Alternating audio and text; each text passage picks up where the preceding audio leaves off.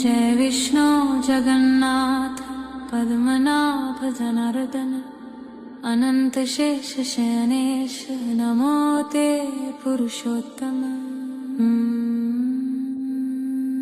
शान्ताकारं भुजगशयनं पद्मनाभं सुरेशं विश्वाधारं गगनसदृशं मेघवर्णं शुभांगं लक्ष्मीकान्तं कमलनयनं योगिहृद्यानगं वन्दे विष्णुं भवभयहरं सर्वलोकैकनाथं।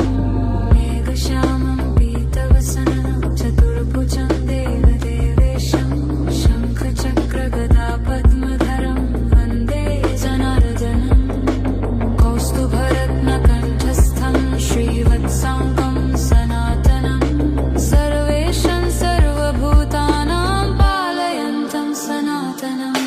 नमोऽस्तु वासुदेवाय विष्णवे परमात्मने प्राणेशाय जगन्नाथाय गोविन्दाय नमो नमः। यो ब्रह्मा च रुद्रश्च तस्य शक्तिः सनातनी सृष्टिस्थित्यन्तकर्तैव विष्णुस्त्रैलोक्यपालकः। नमो नमः श्रीहरये करुणामृतसागरे भक्तपालनतत्पराय सर्वलोकैकनायके अनादिनिद्राय नित्याय विश्वरूपाय ते नमः। चिन्त्याय अमलात्मने देवदेवाय विष्णवे नमस्ते।